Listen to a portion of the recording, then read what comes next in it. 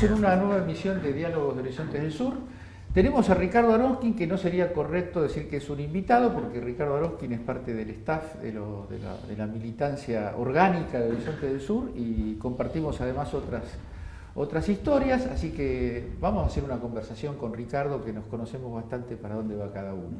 Y la que sí es invitada, porque todavía no la hemos integrado, es Mercedes Marcó del Pont, que al tenerla en esta mesa, yo pensaba cómo presentarla, y yo, más que el currículum profesional y político de Mercedes, me gustaría decir que Mercedes fue el eje en algún momento, en el año 2010, si no me equivoco, de una gran patriada, de una gran batalla política, cuando fue la pelea por un banco central que estuviera al servicio de un proyecto económico nacional de desarrollo y de autonomía. Y ella fue la figura simbólica y se puso sobre los hombros una patriada que era muy difícil, con muchos odios que se habían soliviantado, así que para mí es una alegría. Alguna vez estuvimos en una cosa parecida, que vos no te debes acordar, en Umbrales de América del Sur, donde había otros personajes que llaman la atención que estuvieran en la misma mesa. Uno, Eduardo Hecker, que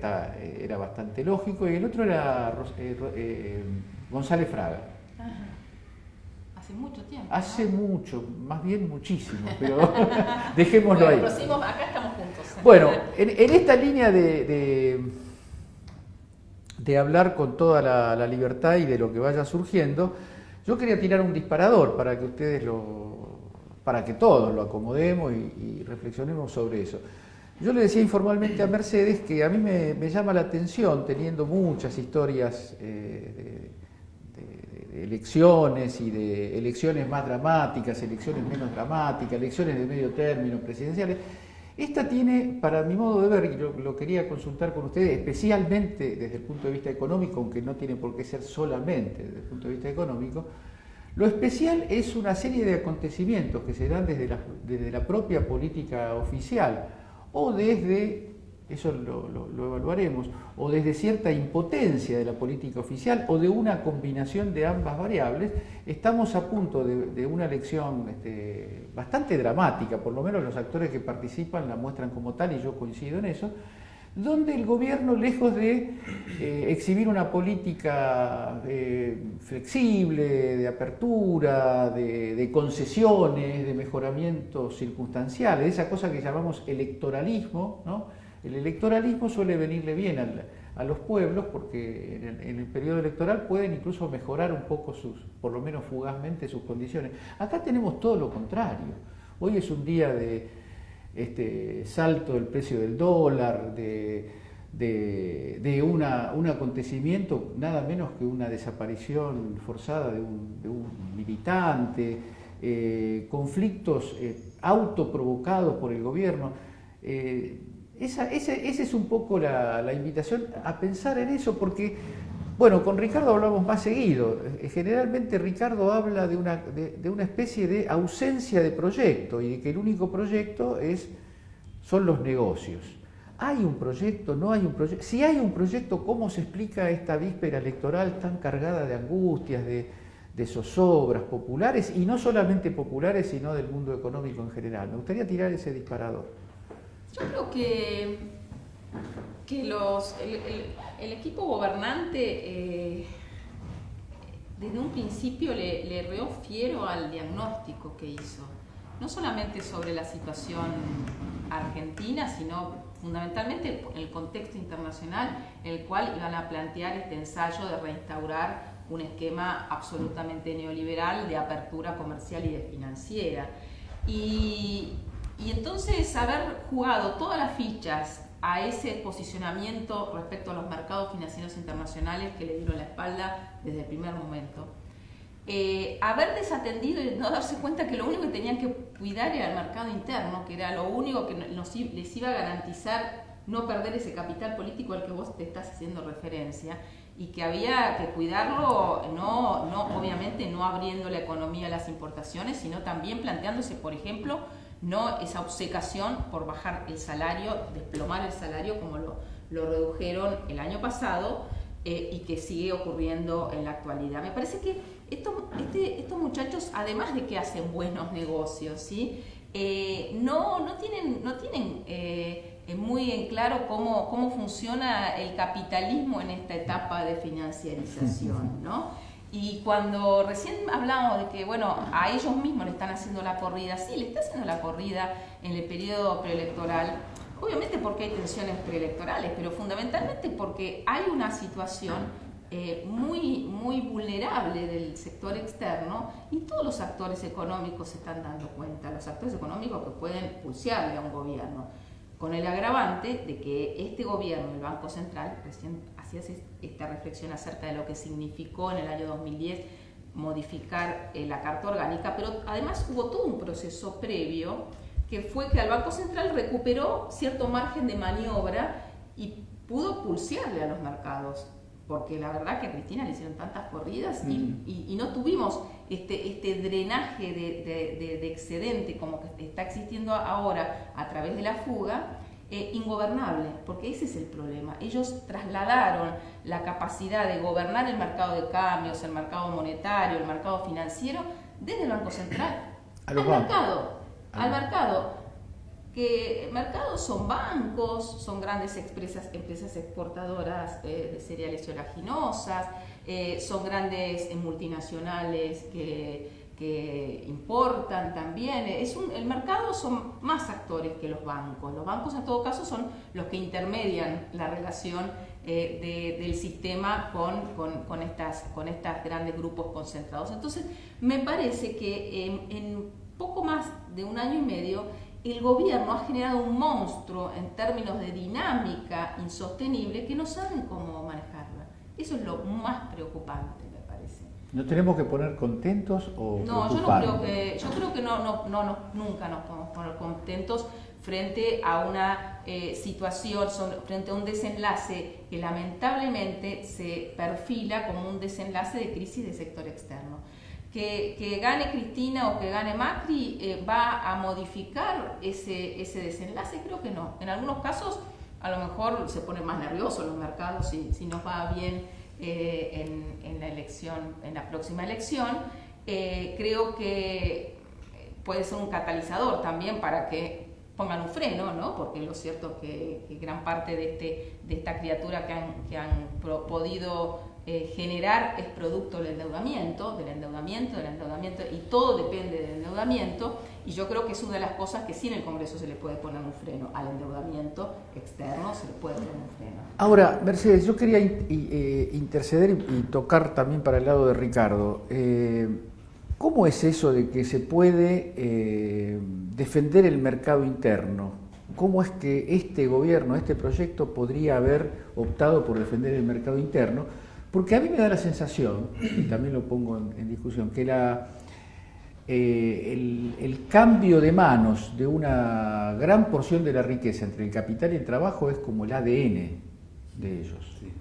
Entonces, al mismo tiempo admito, yo me anticipo porque seguramente Mercedes debe tener muchos argumentos, seguramente las cosas se pueden hacer mejor, pero digo, el objetivo de bajar el salario y aumentar la tasa de ganancia parece ser constitutivo. Yo no veo un gobierno con estas características, con esta composición de su gabinete, con estos apoyos sociales, que pudiera hacer otra cosa. No sé, por ahí es muy mecánico, muy determinista lo mío, ¿no? Yo me quedé con algo de la pregunta anterior, que me parece que todo esto que vos describís como cómo es que no lo están haciendo más para llegar mejor a las elecciones. Claro. Esto es lo mejor que están haciendo para llegar a las elecciones, porque cuando vos lees lo que piensan hacer después, es un desmoronamiento mucho más grande del mercado interno, una contracción salarial mayor, un salto en el desempleo y en la inflación. Entonces, digo, todo eso está postergado Después hubo una reunión de un funcionario con sectores empresariales que le estaban pidiendo protección desesperadamente y el tipo dice, vamos a revisar una serie de partidas pero hasta octubre. Todo es hasta octubre. Esto quiere decir, no estamos cayendo más porque hay elecciones y porque no se implementan más tarifas. Está todo postergado políticamente, pero me parece que es importante decir que ese es el aporte que están haciendo. O sea, y la demagogia social consiste en esto. Bueno. Es no hundir más la economía. Esa es mi primera impresión.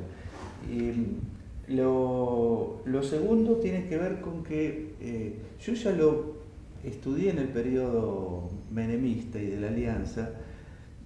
Menem, el gobierno de Menem funcionaba como una especie de receptor de demandas de diferentes sectores privados y trataba de viabilizarlas en la mayor medida posible sin buscar generar con eso un esquema coherente, consistente, sostenible.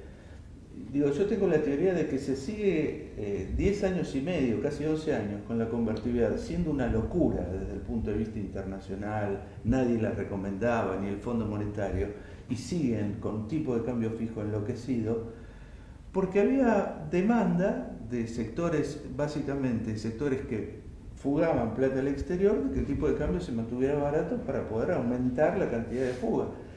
Y el gobierno respondía a eso, porque después otros economistas tienden a hacer como discusiones de tipo técnico, ¿cómo puede ser? ¿No se dan cuenta? Se dan cuenta perfectamente, El tema es que el peso de los negocios es tan grande que, y la idea de que el Estado está para eso, para propiciar negocios. El único problema con que la teoría clásica decía que si propiciabas negocios generabas acumulación de capital y en el fondo crecimiento y en el fondo riqueza. En el capitalismo financiero no está pasando eso, es decir, propiciar negocios que no derivan en ningún tipo de bienestar para el conjunto de la sociedad. Sí, nosotros tenemos que pensarlo, además creo, y retomando lo que era tu pregunta original, obviamente sin voluntarismo. Sabemos que el neoliberalismo viene por eso, viene por reinstaurar una relación entre el capital y el trabajo y una transferencia de ingresos y que el costo laboral es el costo y el salario es el que hay que disciplinar. Eso lo sabemos. Ahora, desde el punto de vista de la etapa preelectoral y de no rifar su capital político y de un proyecto que entendemos que viene a hacer negocio, pero también viene a hacer política y con la intención de perpetuarse en el poder para terminar de hacer todo su trabajo. Entonces ahí entra la tensión y lo que yo hacía referencia del mal diagnóstico sobre la situación internacional, porque no se puede pensar que si en algún momento tuvieron en la cabecita la posibilidad de extrapolar lo que fueron hasta la crisis del tequila, los años dorados del menemismo, donde la economía crecía el 10%, crecía con desindustrialización, con desocupación, etcétera, pero existía esta burbuja del consumo, con el endeudamiento, todo eso que implosiona con la crisis del tequila, pero era otro mundo. Era un mundo donde las tasas de interés venían en baja, los precios internacionales, hasta que explota obviamente en el 94, los precios internacionales de las materias primas venían en alza, donde el comercio mundial crecía al doble, al triple de lo que está creciendo, donde Brasil crecía, quiero decir, un panorama internacional totalmente distinto. Entonces, yo veo estos muchachos diciendo todavía que Brasil ahora con la reforma de Temer, Brasil está en la depresión económica más profunda de su historia, el mundo no tracciona a favor, al revés, juega en contra. Entonces, esa política de apertura que ellos pueden haber pensado que les iba a funcionar, no les está funcionando, y sí, mientras tanto, plantearon descarnadamente su vocación de romper la relación entre el capital y el trabajo. El año pasado, por las buenas razones, no le fue tan posible, porque había un sector del trabajo organizado que pulsió y que no pudieron meter ese aumento de salarios del límite del 20% que ellos aspiraban, pero igual el salario perdió. Y lo que nos encontramos ahora es en esta situación donde donde la crisis que yo lamentablemente advierto que se avecina, y creo que no es bueno para nadie, porque sabemos que una crisis de sector externo termina en la aceleración inflacionaria, termina en desocupación, termina en desplome del salario y por lo tanto del mercado interno, termina en más pobreza y más indigencia. O sea que lamentablemente eso que implosione más rápido, yo creo que ahí nosotros lo que tenemos que hacer es, por la vía de la política, la intervención para rápidamente que este gobierno dure lo menos posible, ¿no? Ese creo que tendría que ser el objetivo. Y de aquí a octubre, lo que va a ser la composición del nuevo Congreso, tener una oposición en condiciones de frenarle decisiones que sí pueden dejar mucho más minado el campo para en algún momento recuperar un proyecto nacional, popular, de desarrollo, con inclusión. Me parece que con estas tensiones que son las que tenemos que hacer política y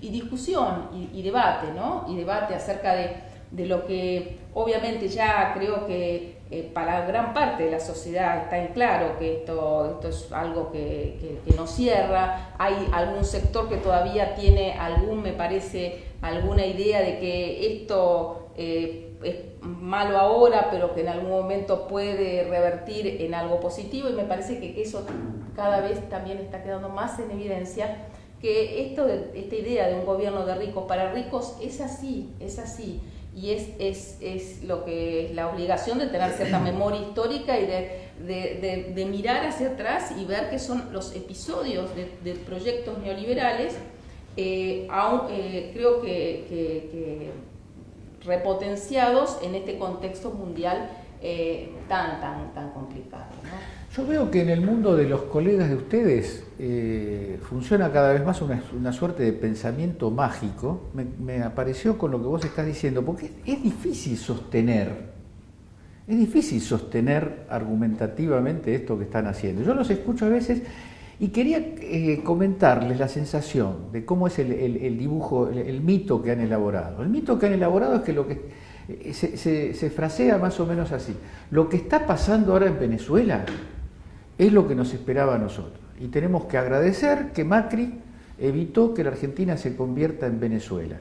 Hay algo así como una degradación teórica, ya no hablemos de moral ni hablemos de definición política, pero cuesta creer que tipos que se han presentado toda la vida como tipos que, bueno, todos sabemos que eso es mentira, pero digamos, de alguna manera tenés que defender el lugar mitológico que te asignás. Entonces yo los veo. Hay una parte, no sé si ustedes están de acuerdo, hay una parte de la ortodoxia que ha optado por vivir en su propio mundo, atacar lo que hace Macri por irresponsable. Depende del día, aparece con un discurso o con otro. Pero la generación, los chicos, los periodistas, que más que economistas son periodistas que hablan de economía, reducen todo el argumento a esta cuestión de una fatalidad que tenía la Argentina de convertirse en Venezuela, despojado de todo tipo de referencia histórica, de todo tipo de consistencia. No sé cómo lo ven, si es justo este diagnóstico o no. No, me parece que ellos hacen bien en apoyarse en un fuerte que tiene este gobierno, una cosa muy fuerte, que es la cosa de manejo mediático de una parte de la población. Yo lo vi hace poco, vienen diciendo que ya se ven los brotes verdes, jerga que tomaron aparte de las finanzas internacionales, que ven los brotes verdes desde la crisis del 2008, están viendo brotes. Trajeron lo de brotes verdes y empezaron a decir, y cuando pasó lo de Temer, cuando hay una primera denuncia contra Temer, dicen, pucha, los brotes verdes con esto se van a afectar. Es decir, se van a secar. Es un gobierno que está a la búsqueda básicamente de justificaciones. Por eso yo creo que coincido con lo que dice Mercedes en el sentido de que más o menos las cosas tienen un rumbo que no se va a definir por quién gane en estas elecciones, pero la verdad es que si gana Cristina, y si gana claramente Cristina, va a ser usado por ellos como otro elemento que justo que estaban los brotes verdes y que ya estábamos, y uno dice, pero ¿de dónde sacaste lista? Porque Macri lo dijo la otra semana. no hay nada. Pero digo, es un gobierno, diríamos, utilizando jerga económica, intensivo en manipulación de la opinión pública. Estamos de acuerdo. Gobierno publicitario, ¿no? Absolutamente. Es totalmente secundario los argumentos económicos. Tenemos compañeros que estudian todas las áreas de la economía, con números, con detalles, discuten las cifras del INDEC, todo. Nada es como dice el gobierno, pero no tiene importancia. Porque hay una cobertura descomunal, le mienten en la cara a la gente sobre el bienestar y sobre lo que está pasando. El último invento, es decir, que hay gente en la calle pagada para dormir, Sí, sí. es una cosa espantosa, pero digamos, bueno, es intensivo en eso. Y ahora estamos ante el peligro del Estado mapuche. Sí, La imaginación no tiene límite. Sí, yo creo que esto es así, lo han hecho desde el primer momento. No hacerse cargo de ninguna de las consecuencias de sus propias decisiones. Creo que el pueblo no come vidrio. Me parece que es cierto que tiene una cobertura mediática, una hegemonía, una protección, pero bueno, esto de la posverdad, cuando los datos concretos te llega la factura de gas, de electricidad, cuando te sube el subte o cuando, bueno, o el peaje, ahí uno está viendo que estas no son problemas de la maldita herencia, ¿no? Si uno lo mira a una perspectiva más larga, realmente este es un gobierno que en una transición democrática recibió un país desendeudado como ningún otro gobierno en la historia larga. Un gobierno, un país que tenía mercado interno, obviamente había que hacer cambios en el sentido de abordar determinados problemas que habían surgido, sobre todo vinculados a la restricción externa. ¿Y qué vino a hacer este gobierno? Vino a profundizar esa restricción externa. A mí me llama poderosamente la atención cómo leo los diarios, leo los análisis más de la CITIC, todo el énfasis está en la cuestión fiscal, como si el problema de la Argentina fuera fiscal y no externo. Hace un par de días salió un análisis donde dicen que Argentina es un país muy expuesto, un análisis de una calificadora, muy expuesto en términos de endeudamiento. Y a mí me llama la atención porque hace todo el análisis de por qué depende tanto el endeudamiento externo, y dice, bueno, entonces tiene que bajar el déficit fiscal después de las elecciones. Y no se habla de nada, no hace referencia al que el problema es que nos estamos quedando sin dólares y que el Banco Central sigue diciendo nos sobran dólares, los gurúes siguen diciendo les sobran dólares, y no, la Argentina está teniendo su viejo problema de insuficiencia de dólares exacerbado absolutamente por esta política económica. Entonces, el tema de la cobertura empieza a desquebrajarse cuando se ve que el problema de la inflación no era el salario, no era la demanda, como ellos no era la cantidad de dinero o la tasa de interés, sino fundamentalmente tenía que ver con los tarifazos y con el tipo de cambio. Dos variables que ellos deberían haber administrado de otra manera y que, bueno, las consecuencias están a la vista en términos de la inflación de este año y la reciente aceleración inflacionaria que produjo la devaluación de los últimos 45 Ahora, años. ¿No? los tarifazos, visto en ese esquema conceptual, son un pago lateral fuertísimo a un sector concentrado de la economía y muy cercano a la familia presidencial. No tiene yo no le encuentro otra racionalidad a una cosa tan intempestiva y tan violenta, porque obviamente después me gustaría tener un apartado donde hablemos crítica y autocríticamente, desde el punto de vista que ustedes quieran, pero digo especialmente en lo económico, es en este caso el interés. Pero digo, ahí hay como una especie de obcecación y de distancia con la realidad, ¿no? Porque salvo que yo no lo vea, y hay otra explicación por las cuales las tarifas tenían que ser sinceradas con esa brutalidad, porque todo el mundo... Yo me acuerdo que en el año 2012, cuando Cristina habló de sintonía fina, hubo un intento de reformular que se quedó a mitad de camino por razones que sería lindo también poner sobre la mesa, pero había una conciencia de que las tarifas no podían sostenerse en ese nivel. Ahora, el modo en el que intervinieron quirúrgicamente fue el hacha, digamos, no hubo bisturí, me parece, ¿no? ¿Hay alguna explicación que no sea la elemental de los negocios? Yo lo que veo es lo siguiente, suponete que vos estás convencido que las tarifas hay que multiplicarlas por 10, porque así las empresas tienen fondos para poder invertir. El tema es cómo se hace política económica en este gobierno, porque digamos, política económica no son todas variables sueltas, es un conjunto de variables que tienen que ser manejadas de forma tal de no producir hecatombes, catástrofes, desastres o desequilibrios mayúsculos. Digamos, cuando uno lee que hay montones de negocios que están cerrando por una sola boleta que le llega, entonces, ¿qué se está pensando esto? Digamos, salvo que haya una intención aparte de hacer quebrar un montón de empresas, digamos, que no está dicho por lo menos. No figura como objetivo oficial. Ahora, yo te digo, en el barrio donde vivo es el Triángulo de las Bermudas. Todos los días desaparece un kiosco, un negocio. Suponete que vos decís, mira, el transporte no puede seguir con el boleto a 6, tendría que estar a 20. Pero alguien tiene que estar pensando en el gabinete, pero mirá que los trabajadores viajan en colectivo, viajan en tren. Entonces, ¿cómo hacemos para compensar y que otros sectores que puedan paguen 20?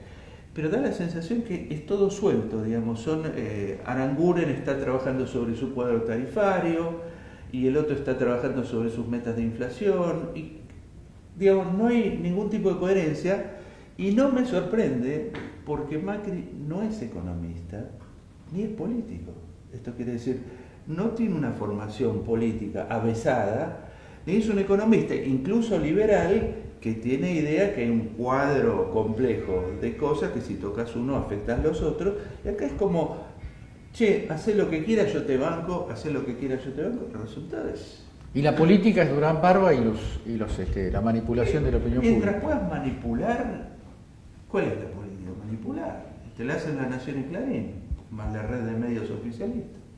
Sí, Macri es un empresario neoliberal que cree que, como cree todos los políticos neoliberales, que de la política, en el ofertismo, lo que se llama desde el punto de vista de la economía el ofertismo, que es esto que decía Ricardo, lo que es bueno para los empresarios en términos de mejora de la tasa de ganancia es bueno para el conjunto de la sociedad, es el derrame de Menem, digo, es decir, es siempre la misma lógica, esta idea de yo te doy este aumento de tarifas y vos vas a invertir. Y en el mediano plazo es sufrimiento, pero vamos a tener autoabastecimiento petrolero, vamos a tener más cortes, etcétera. Y no funciona así el capitalismo. Y ya se demostró acá. No funciona así el capitalismo, porque lo que está ocurriendo, que esa rentabilidad brutal que le dio a los exportadores soja, que les dio a los peajes, que le dio a las petroleras, que le dio a las empresas de electricidad, no se está yendo la inversión, se está yendo la bicicleta financiera. Esa es la financiarización, donde la rentabilidad de las empresas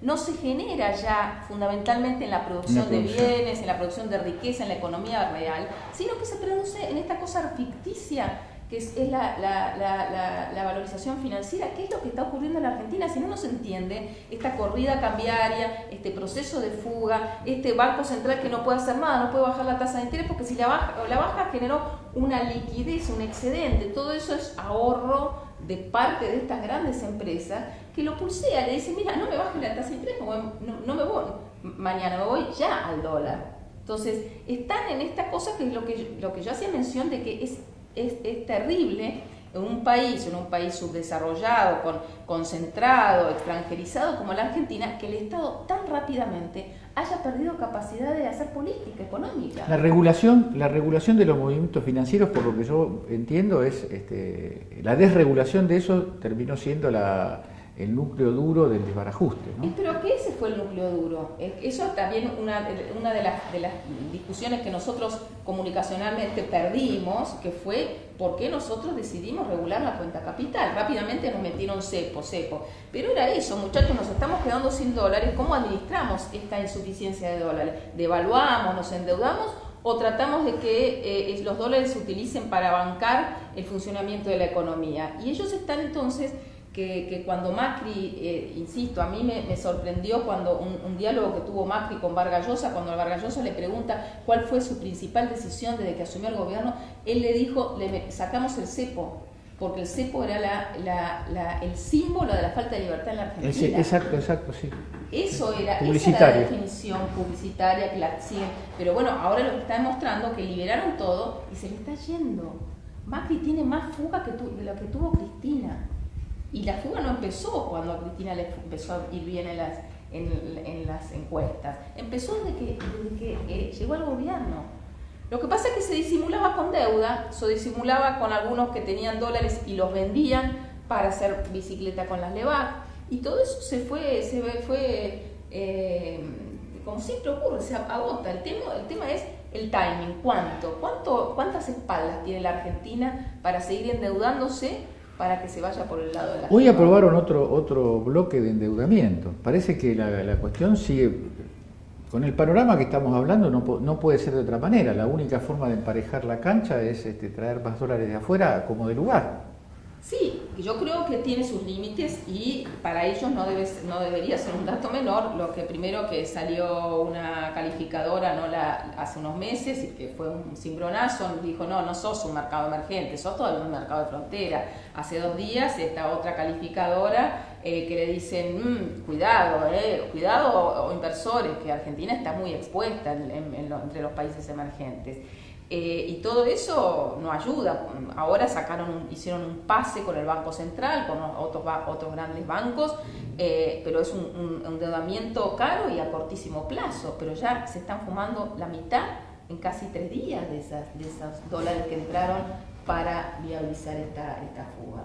Y esto es algo que se termina después de las PASO, después de octubre no. Creo que es como dice Ricardo, en realidad después va a ser más complicado. Porque yo no sé si ustedes notaron que vino el fondo, dijo está todo bien, hay algunos problemitas, pero está todo bien. Y a mí me llamó la atención que le subió y dijo va a haber más crecimiento este año, pero dijo el año que viene la economía argentina va a crecer menos. Y lo blanquearon, ¿no? Es el alter ego del fondo. Dice, ¿y por qué va a crecer menos? Porque van a tener que hacer el ajuste, porque el Banco Central tiene que ser más autónomo, porque todo lo además que no hay elecciones, están esperando para después de octubre, ¿no? Que es todavía cerrar más el torniquete de lo único que está cubriendo cierto dinamismo, que es la obra pública. Le han metido pata a la obra de infraestructura, se vende más cemento, hierro redondo para hormigón, todo eso generó este movimiento, pero es bien preelectoral. Como bien dice Ricardo, después de octubre van a apretar el torniquete nuevamente. Y yo quería agregar a esto algo que me parece importante, que es un gran economista ya fallecido, Hugo Nochev, que él hablaba siempre de las opciones blandas que hacía la burguesía argentina. Nunca se ponía una meta dura, importante, significativa, tener competitividad internacional. Este gobierno, como todos los gobiernos de Martínez de Oz para acá, vino diciendo nosotros queremos una Argentina parecida a Australia, etcétera, etcétera, etcétera. Pero siempre lo único que queda en pie de todas las intenciones son las bicicletas financieras. Todo el resto no lo hacen. El trabajo sobre una competitividad verdadera de la economía argentina, aumentar la capacidad exportadora, renovar el aparato productivo para hacer más... Nada de eso se hace y termina Sturzenegger ahí vendiendo dólares en el Banco Central. Pero esto ya lo vimos, lo vimos con Martínez de Oz, que termina en una crisis bancaria y cambiaria. Lo vimos en la convertibilidad. 11 años estuvieron, no modernizaron la economía argentina, pero lo que sí hicieron fue generar un endeudamiento descomunal y una crisis. ¿Sí? Parece que fuera el sino de estos gobiernos neoliberales. El verso es mucho más complejo, ¿no? Queremos hacer una economía moderna, eficiente, qué sé yo, pero lo único que hacen en concreto es trabajar sobre lo financiero. Y las debilidades de la etapa anterior que pudieran ser concebidas como puntos de apoyo para la crítica. A mí me quedó flotando esto de Vargas Llosa y esto de el símbolo de la libertad, porque creo que va al núcleo de un problema que no se va a solucionar en una elección ni en 2, sino que es el modo ideológico del capitalismo financiero postmoderno, es ese, la libertad, y la libertad es a cualquier cosa se le puede llamar libertad. Pero bueno, el gran tema, cuando se trata de elegir, el asunto de si es el pasado con el futuro, el pasado con el presente con el futuro, todo este malabarismo retórico que estamos asistiendo ahora, ¿cuáles son las cosas? Mercedes, habías insinuado en un momento que, bueno, que la restricción externa nos puso límites y que este gobierno vino a agrandar la restricción externa. ¿Cuáles son esos límites? ¿Cuáles son aquellas? No hablemos de datos, de anécdotas, sino conceptualmente y sobre todo no tanto pensando en los años anteriores, sino pensando en una oferta política hacia el futuro, ¿no?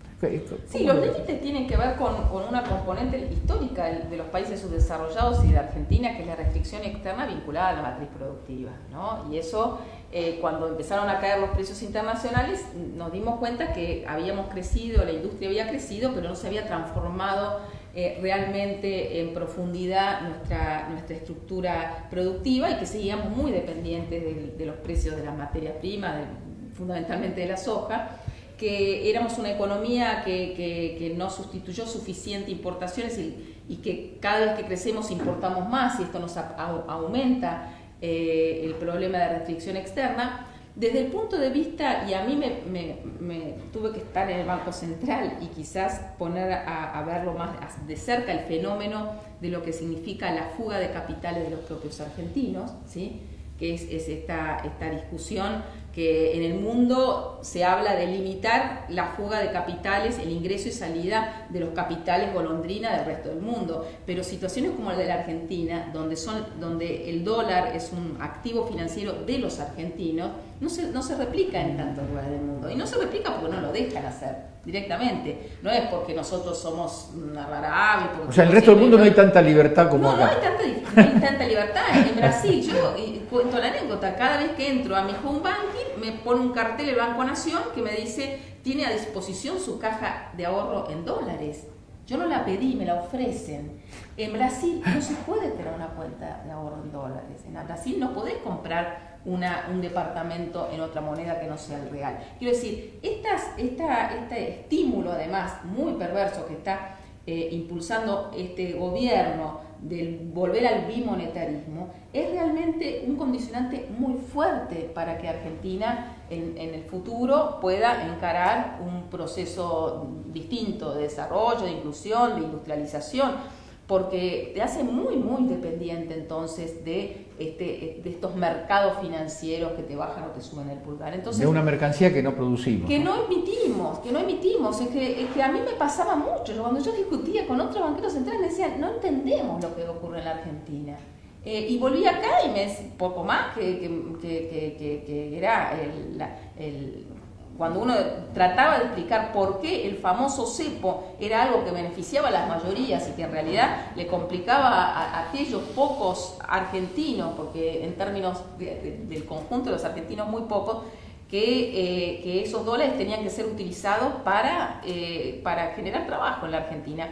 Y si miramos lo que está ocurriendo hoy, realmente que se hayan ido $1.000 millones de dólares en tan pocos días, contados con las manos de los dedos se están llevando esos dólares.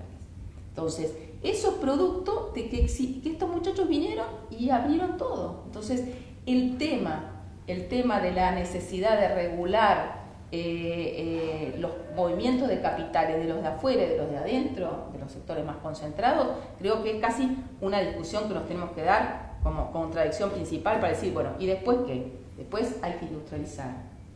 ¿Quiénes van aquí? ¿Qué burguesía empresaria? ¿Están los empresarios? ¿Cuál es el rol de las empresas multinacionales? ¿Podemos seguir con esta cosa de que los grandes exportadores de soja decidan cuándo, cómo, cuánto vender?